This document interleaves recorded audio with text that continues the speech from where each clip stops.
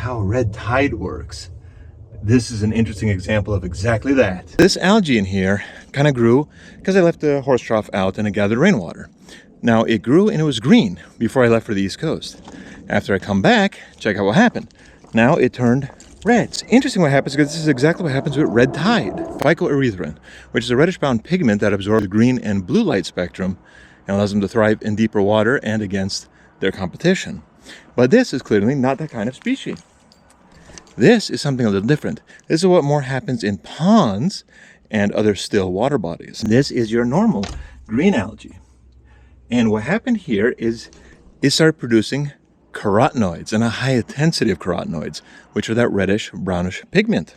And what happened here is because of that shallow water and that big bowl there, it was exposed to a lot of light. And that usually happens in poor water quality and still shallow water like this.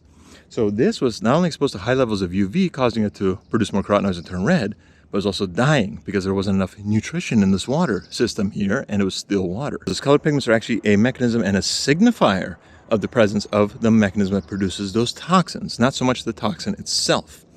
And here's the interesting part is this could potentially go that route if it was the right species.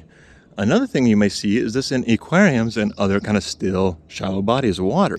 That could also be something called Cyanobacteria, certain species of Cyanobacteria which produce that kind of reddish brown pigment. Now that would be more of a slime. So let's look and see what we have here. Look at that, you see how that's kind of stuck on there? Now that could very well be a sign of Cyanobacteria. But you also see these little flakes and those kind of like, almost like leaf looking things in there. So it could be a combination of two different things. It could be cyanobacteria that kind of took over the water and turned it this kind of pigment in color, but also may have caused damage to the green algae that was originally here, because this was green. And what else do you see? You don't see anything else growing in here, not even mosquito larvae. And that's kind of interesting if you think about it, because mosquitoes would love this kind of water, but yet they don't grow in here. So this might have actually gone to the toxic end of things, potentially. It could also be just a signifier of the extremely poor water quality here and the high intensity of UV, which causes a lot of biological damage. So it's a couple different mechanisms to be going on here that causing this kind of reddish tide appearance. And it's fascinating that we can see this right here, right now. And of course, I'm going to dump this crap out and wash the living bejesus out of this thing. But I just want to show you guys that first because I'm a science nerd and I think you guys would like it too. So anyway, let me know what you think down in the comments below. Let me know what else you guys know about red tide and what else you would like to know about science stuff, especially as it relates to kind of the homesteading DIY world.